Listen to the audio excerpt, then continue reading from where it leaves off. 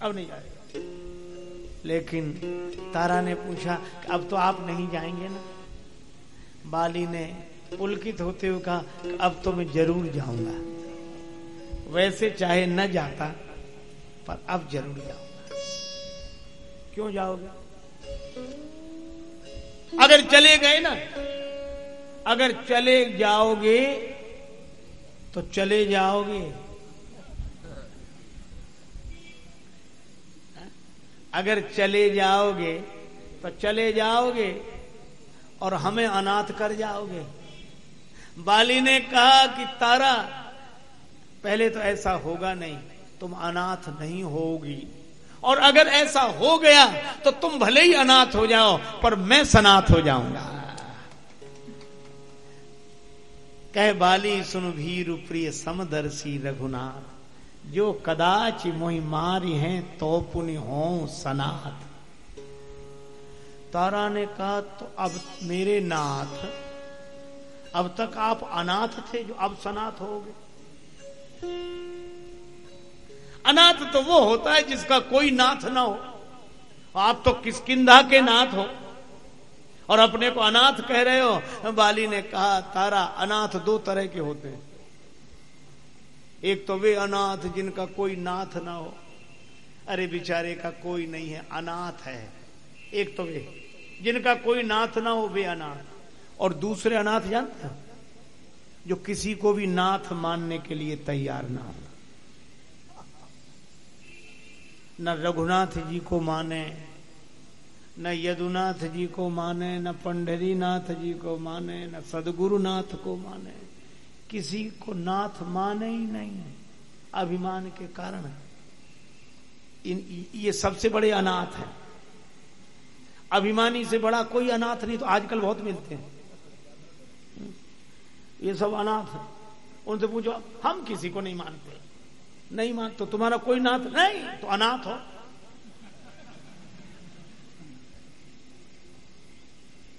और उनके बड़े बड़े भवन भले ही दिखें पर जो भगवान को नहीं मानते, उनके भव्य भवन भी दिखें तो हमें तो अनाथालय लगते हैं।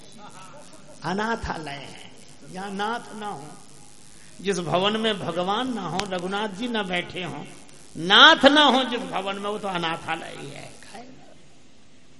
हम भगवान को नहीं मानते, हम मानते नहीं, हम मानते ही नहीं।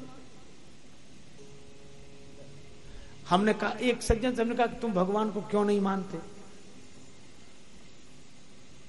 तो हमसे बोला आपको मिले हैं कभी? हम मिले हो तो हमें मिला तो हम मान लेंगे, तुम्हें नहीं मिले तो हमें क्या मिलाओगे? ये तो ऐसे ही प्रचार कर रखा है, तुम लोगों का धंधा है, अंधविश्वास है, भोली भाली जनता को बहकाते रहते हो। हमने कहा आप? बोले हम कोई बुद्धू थोड़े ही है, हम तो बुद्धिमान हैं। तो हमने कहा बुद्धिमान की विशेषता, हम बिना अनुभव के कुछ नहीं मानते। अब पुस्तकों में लिखा होने से क्या होता, अनुभव तो हो। आपने कह दिया कि भगवान है, हम आपके कहने से क्यों मान लें? हमें अनुभव होना चाहिए। और उन्होंने जो ऐसी बात कही तो उनके साथी बहुत मुस्कुराए, वाह भाई साहब क्या बात कही। बाबा जी चुप हो गए। कई लोग इसी में बड़े खुश होते कि महात्मा जवाब ही नहीं दे पाए, चुप हो गए। हम चुप हो, पर हमने उनकी पूरी बात सुनने के बाद कहा कि हम चुप तो हो गए, पर एक बात बताओ, आपने बहुत पते की बात कही, बिना अनुभव के आप कुछ नहीं मानते। बोले हाँ कुछ नहीं मानते। हमने कहा सोच लो। बोले हाँ सोच लिया, बिना अनुभव के हम कुछ नहीं मानते। हमने कहा कुछ नहीं मानते? वहां बोले कुछ नहीं मानते। हमने कहा ये बताओ जहर खाने से क्या होता है? तो तुरंत बोले आदमी मर जाता है। हमने आपने कितनी बार खाया? अनुभव है? अगर जहर खाने का अनुभव है, अच्छा अगर अनुभव किया होता तो बताने के लिए बचते?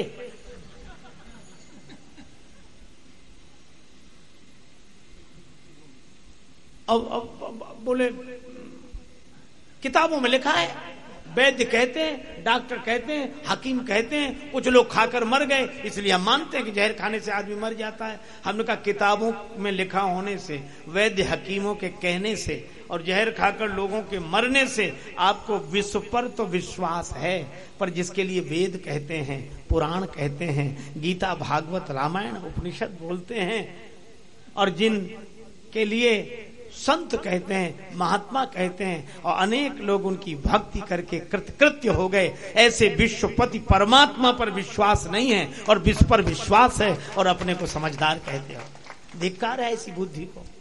ये बुद्धि नहीं, दुर्बुद्धि है। मैं अपने साथ घटी हुई एक घटना बता रहा हूं, उधर की है। एक गांव में जाने का अवसर मिला, बहुत पुरानी बात। तो वहां एक संत जी मिल गए हमें, तो रात्रि में हमें और उनको एक गांव में एक साथ रहने का अवसर मिला। सज्जन थे, व्यवहार बड़ा अच्छा था। सवेरे सवेरे स्नान आदि नित्य नियम करके बैठे, हम भी बैठे। तो उस गांव के कुछ मोहल्ले के 2-4-10 लोग आ गए। बोले आज तो महात्मा लोग बैठे, कुछ सत्संग हो जाए। तो उन्होंने हमसे कहा आप कुछ कहो। तो हमने कहा महाराज आप ही बोली, हम भी सुन लेंगे। सद्भाव से ही कहा, तो हमें ये कल्पना ही नहीं थी कि क्या बोलेंगे। अब सत्संग शुरू हुआ, सुनो। वो बोले राम कृष्ण शिव दुर्गा गणेश, ये कोई भगवान नहीं। हम कहे भगवान, सत्संग यहां से शुरू हो रहा।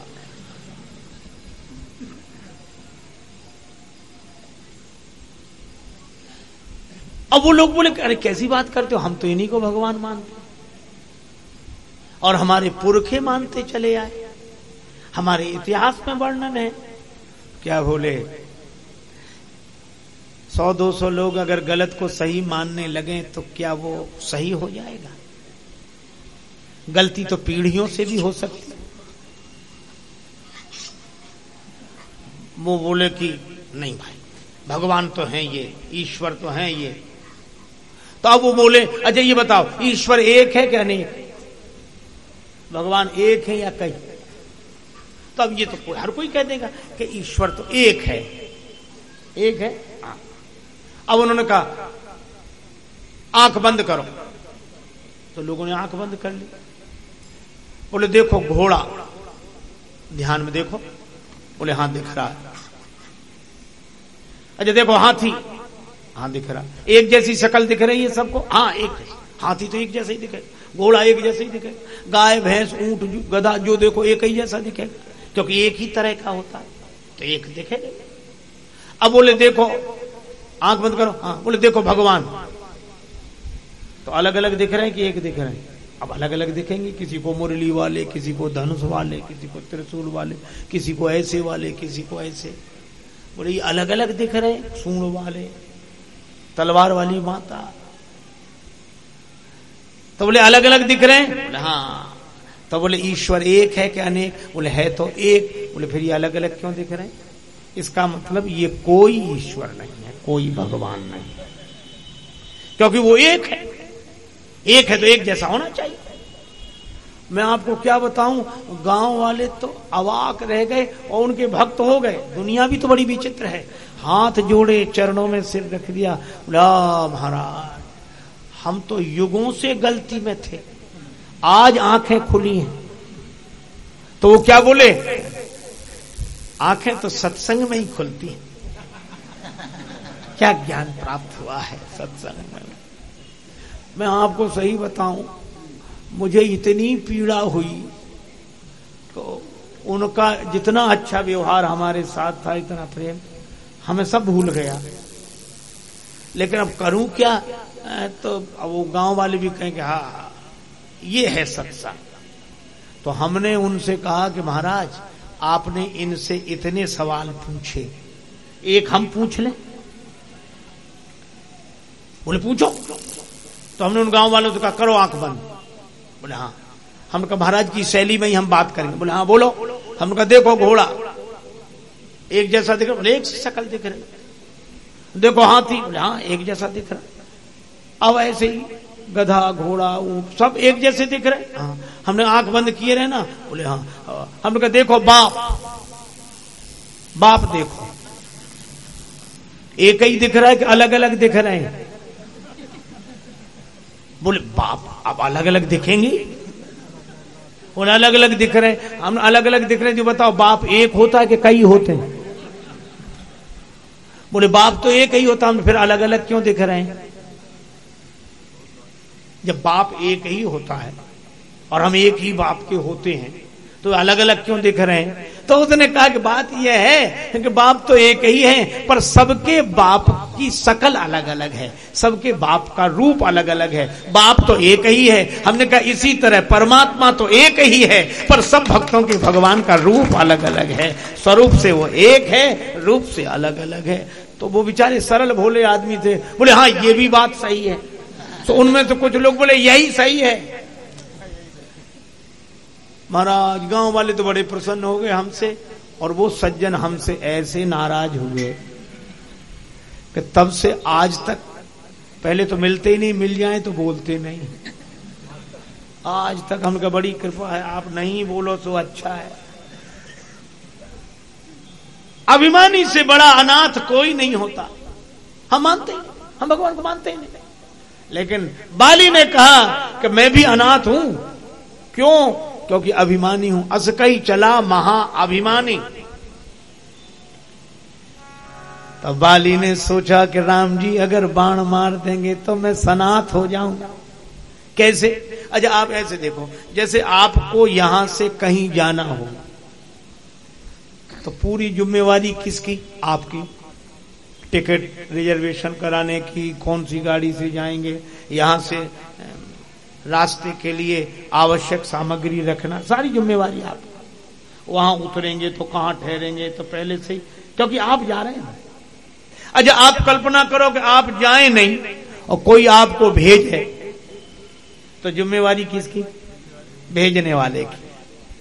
वो कहेगा भैया आपको जाना है, जाएं तो उसकी चिंता मत करो, हम भेज रहे हैं ना, तुम्हें रिजर्वेशन हम कराएंगे, टिकट हम देंगे, व्यवस्था सब हम देंगे, खर्च हम देंगे, और वहां हमने फोन कर दिया, वहां सब इंतजाम हमारा है। आपको तो सिर्फ जाना है। तो जाने वाले की फिर कोई जिम्मेवारी नहीं, वह तो केवल जाता है, फिर भेजने वाले की जिम्मेवारी है। तो बाली ने कहा कि इसी तरह अगर मैं अपनी मौत से मरकर जाऊंगा तो जिम्मेवारी मेरी होगी, और भगवान बाण मारकर भेजेंगे तो जिम्मेवारी भेजने वाले की होगी। जो कदाच मोई मारी हैं तो पुण्य हो सनाथ। ये न पूछो कि मर कर किधर जाएंगे, ये न पूछो कि मर कर किधर जाएंगे, ये न पूछो कि मर कर किधर जाएंगे, वो जिधर भेज देंगे उधर जाएंगे, वो जिधर भेज देंगे उधर जाएंगे। राम का नाम लेकर जो मर जाए वो अमर नाम दुनिया में कर जाएंगे।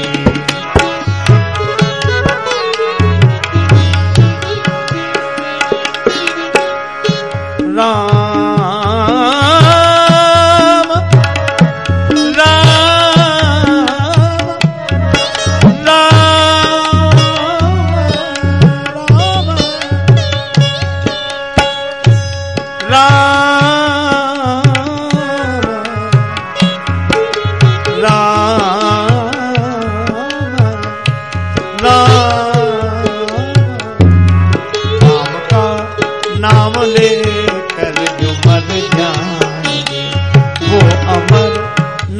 दुनिया में कर जाएंगे राम का।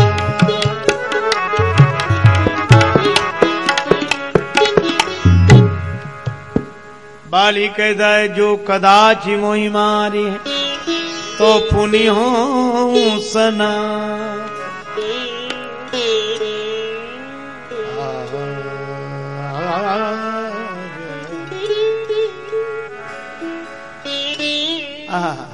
बाली गया, सुग्रीव तो निडर होके खड़ा था। बाली तो बाली ने देखा कि अच्छा सुग्रीव। बाली ने कहा तुम? सुग्रीव बोला हाँ बोलो।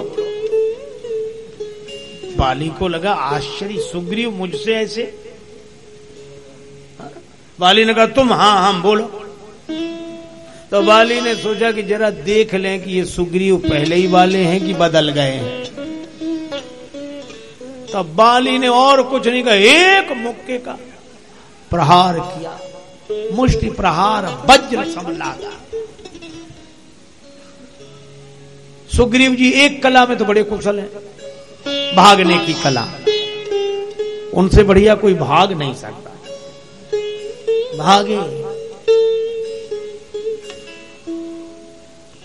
पर एक बात बताऊं, सुग्रीव जी भागे तो हैं लेकिन अभागे नहीं है।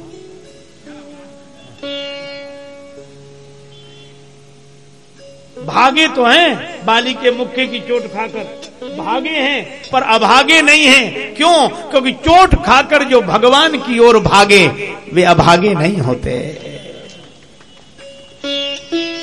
चोट तो हम लोगों को भी लगती है, पर कितने हैं जो चोट खाकर भगवान की ओर भागते हैं। 2 पिटे मानस में, 2 पिटे, और अपनों से ही पिटे, भाइयों से।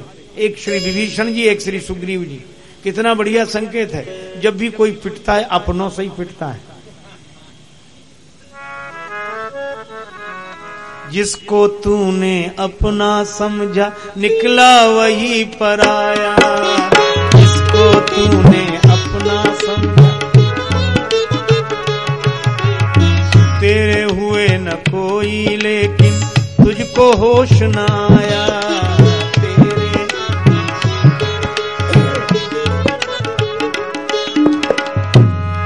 कई बार है ठोकर खाई, कई बार है ठोकर खाई, आस तजो मेरे भाई, सुख की आस तजो मेरे भाई। ये जगत बड़ा दुखदाई, ये जगत बड़ा दुखदाई, सुख की आस तजो मेरे भाई।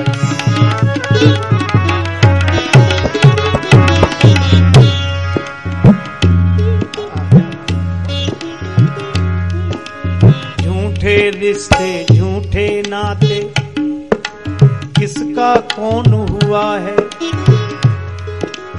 कब बाजी उल्टी पड़ जाए, जीवन एक जुआ है।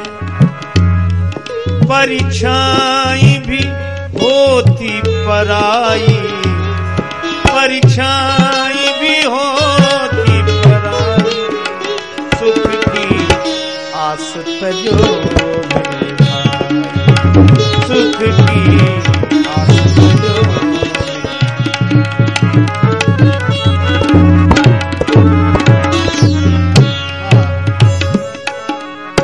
और ये आज की बात नहीं है,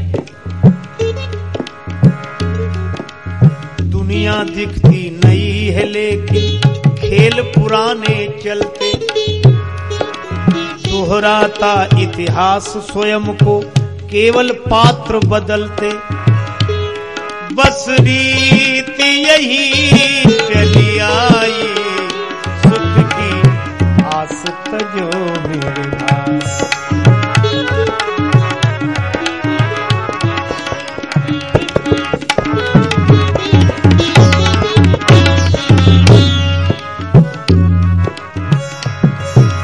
होता कभी महाभारत, कभी बनती है रामायण, कभी कंस कभी रावण के आते हैं नारायण, कभी कृष्ण कभी रघुराई, सुख की आस तजो मेरे भाई।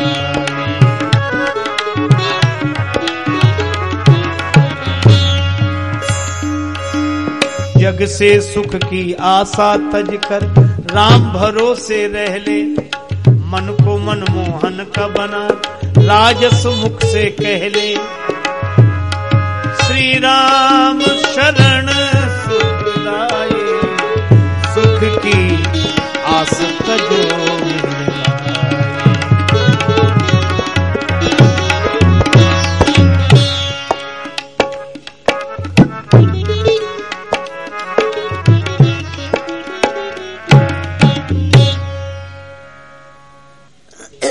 बाली के मुक्के की चोट खाकर सुग्रीव जी भागे, पर अभागे नहीं है, क्योंकि भगवान की ओर भागे। विभीषण जी को चोट लगी तो भगवान की शरण में आए, सुग्रीव जी को भी चोट लगी तो भगवान की शरण में आए। अगर हम लोगों को भी दुनिया से चोट लगे तो निराश मत होना, निराशा मिल नहीं सकती अवधपति राम के दर से, इसी आशा पे मन मेरे लगा ले नेह रघुवर से।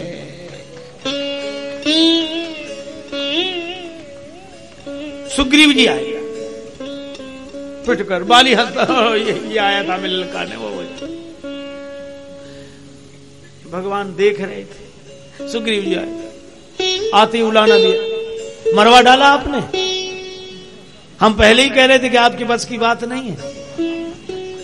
आप ही बोले चले जाओ चले जाओ, आपके कहने से गए, जो कुछ कराते हो आप ही कराते, पिटवा दिया।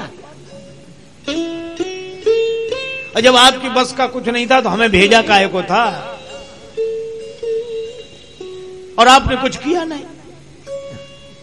राम जी मुस्कुराकर बोले, मित्र मैं देख रहा था। सुग्रीव बोले, देख रहे थे हमें पिटते हुए? हाँ, तो भी कुछ नहीं किया। आपने बाण क्यों नहीं चलाया? भगवान बोले, जानबूझकर नहीं चलाया, चलाना चाहते चला सकते, फिर क्यों नहीं चलाया? राम जी बोले, हमने सोचा कि सुग्रीव जी अपने परम हितैषी से मिलने गए हैं, तो हम काहे को बाण चलाएं? परम हितैषी से मिले आए। सुग्रीव जी बोले, ये मैंने कब कहा? राम जी बोले, लक्ष्मण सुग्रीव जी का बयान दर्ज किया था, फाइल लिया। लक्ष्मण जी बोले, हाँ कहा था, बाली परम हित जासु प्रसादा, मिले राम तुम समन विसादा। बाली तो हमारा परम हितैषी। सुग्रीव बोले, गलती हो गई, हम अपना बयान वापस लेते हैं। ज्ञान चला गया। फिर मैं जो कहा रघुवीर कृपाला, बंधु न होए मोर यह काला काला।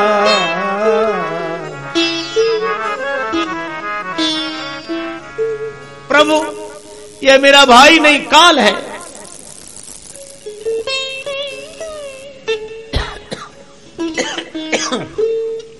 भगवान बोले, एक बात और है। क्या? हमने इसलिए बाण नहीं चलाया कि हमें भ्रम हो गया। अब यह देखो, प्रभु कहते हैं,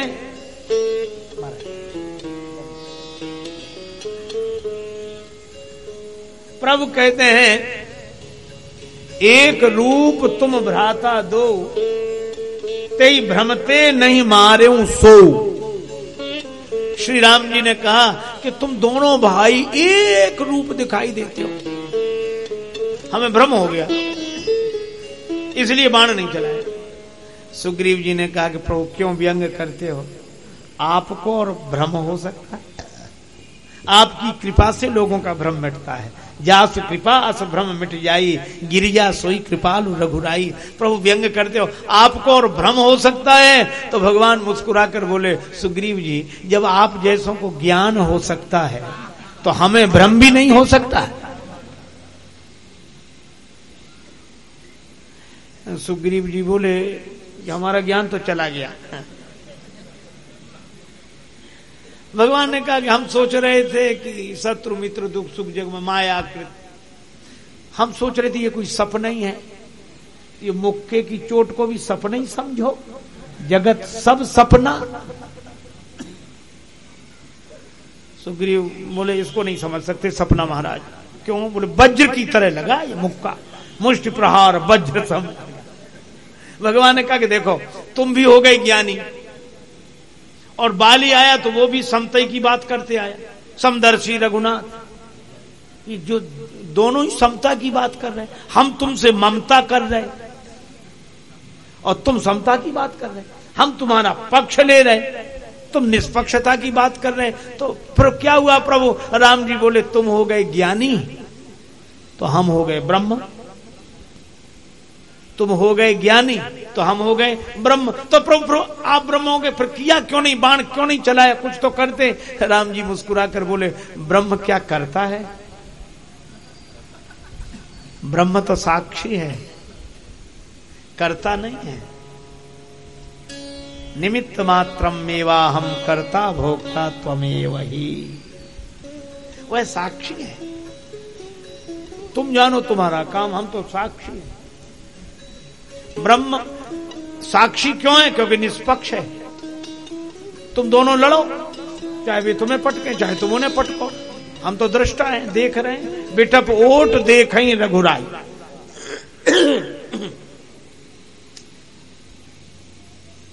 इसलिए मैं दृष्टा हूं, साक्षी हूं। मैंने देखा कि बाली ने तुम्हें मुक्के से मारा, तुम भागे। अरे प्रभु एक बात है, क्या हम ज्ञानी हो गए, समदर्शी? भगवान बोले तो हम निष्पक्ष ब्रह्म हो गए। सुग्रीव जी बोले प्रभु हम ज्ञानी नहीं रहे। क्यों? ज्ञान सिद्धांत, सत्य सिद्धांत है, पर हम उसके अधिकारी नहीं हैं, थोड़े में ही विचलित हो जाते हैं। महाराज हम ज्ञानी ने शरणागत हैं, आपकी शरण में आए हैं। भगवान ने कहा भक्त हो गए? हाँ। तो राम जी बोले फिर हम ब्रह्म नहीं रहे, फिर बोले हम भगवान हो गए।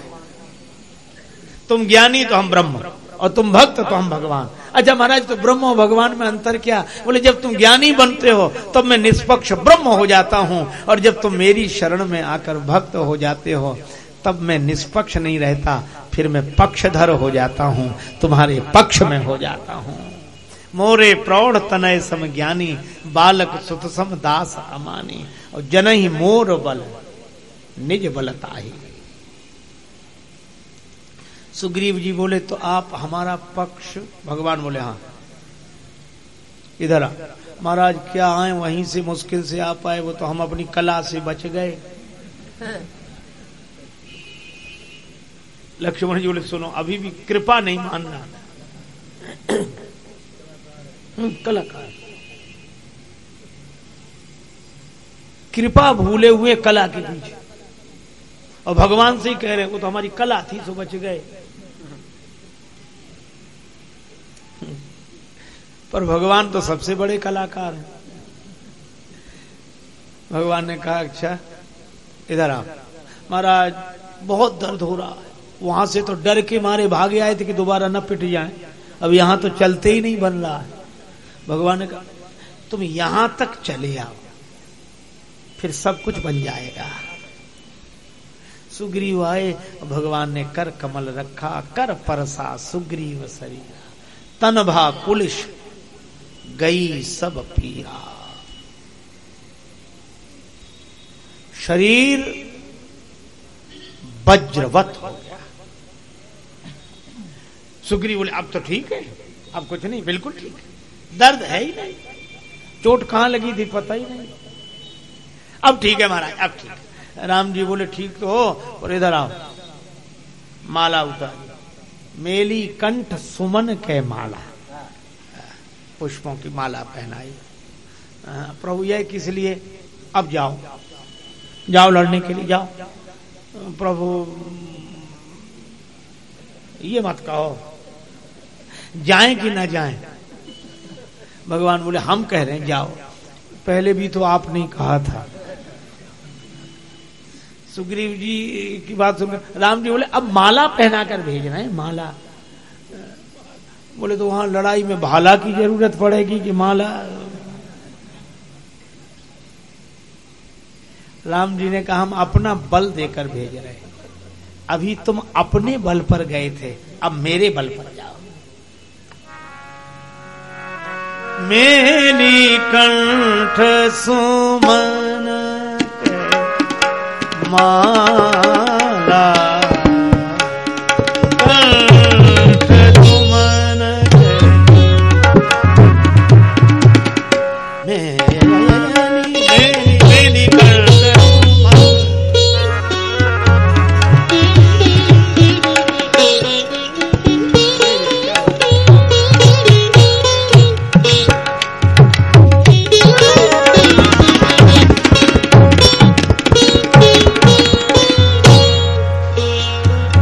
पठवा पुनि बल दे विशाला मेरी कंठ सुमन,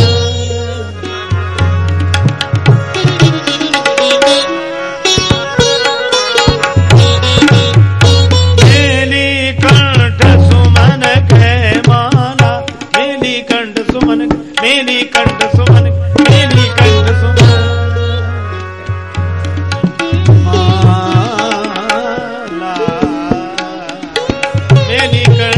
सुमन